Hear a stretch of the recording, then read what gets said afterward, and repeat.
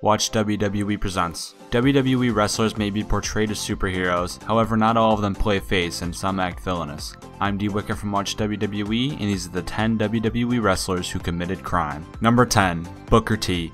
One you most surely know about since it was used in a feud, because kayfabe.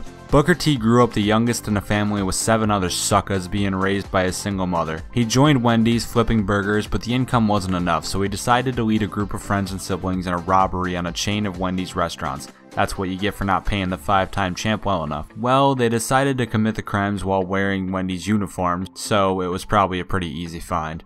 Number 9. Ric Flair. Road rage is common. It happens to the best of us, especially when that bastard cuts you off and keeps cutting you off so he doesn't have to see your face and it ends in a car crash that wasn't my fault. Anyway, Ric Flair found himself on the bad side of road rage during the Thanksgiving season in 2005, because holiday season equals cheer. The Nature Boy got out of his car and went to a man named Robert Steele's driver's side window, grabbed him by the neck, kicked a dent into his Toyota Prius, and said, "I've got your tag number and I should knock the shit out of you." Unsurprisingly, Flair faced charges of assault and damage of personal property, but it's all good because, you know, woo!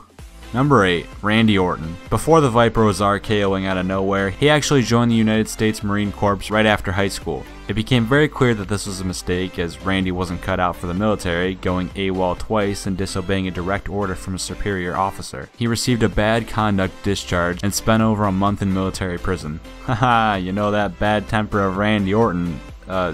Never mind. I'm sorry, Randy.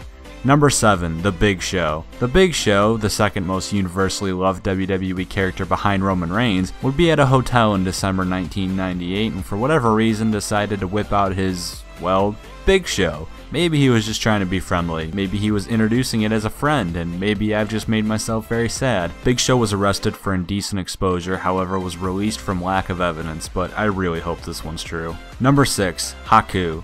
Haku is one scary motherfucker. He's legitimately the toughest person to ever become a professional wrestler. I mean, he scared his tag team partner, Andre the fucking Giant. You know those smoking commercials where the guy has to pull out 2 teeth to pay for a pack of cigarettes? Haku runs the same way, except instead of it being for cigarettes, it's for looking at him the wrong way. Haku was living up to his reputation of bear in disguise of human one day when a guy came up and said wrestling was fake. Haku replied to this by biting the dude's f***ing nose off. Are you kidding me? He bit his nose off. Oh my f***ing god. Haku literally bit his nose off. Number 5. Lex Luger. Lex Luger, a supposed American hero of the 1990s, abused his girlfriend and was arrested for driving under the influence without a license, all within 3 days. Insert Lex Luger's American victory celebration here. Oh, and his girlfriend Miss Elizabeth died just over a week later. What a month. Number 4. Hardbody Harrison. Okay, he isn't a WWE guy, but he wrestled for WCW, and WWE bought WCW, so f*** off. I'm counting it, and trust me, this guy deserves it. In 2008, Harris was caught sex trafficking, holding 7 women in his basement and forcing them into sex work. You really can't make any jokes about this one, it's just horrible and goes to show that absolutely anyone can be evil on the inside. Number 3. Scott Hall. Scott Hall has killed a man before. Isn't that a horrifying piece of information? You're welcome. Well, this isn't actually the crime, but it's certainly up there in terms of things you don't want to put on a resume. However, it was ruled an act of self-defense. In 2008, however, he was arrested for possession of cocaine, and in 2010 was arrested for resisting police officers. And plus, he's been arrested several times before for domestic disturbances. Number 2. Steve Austin.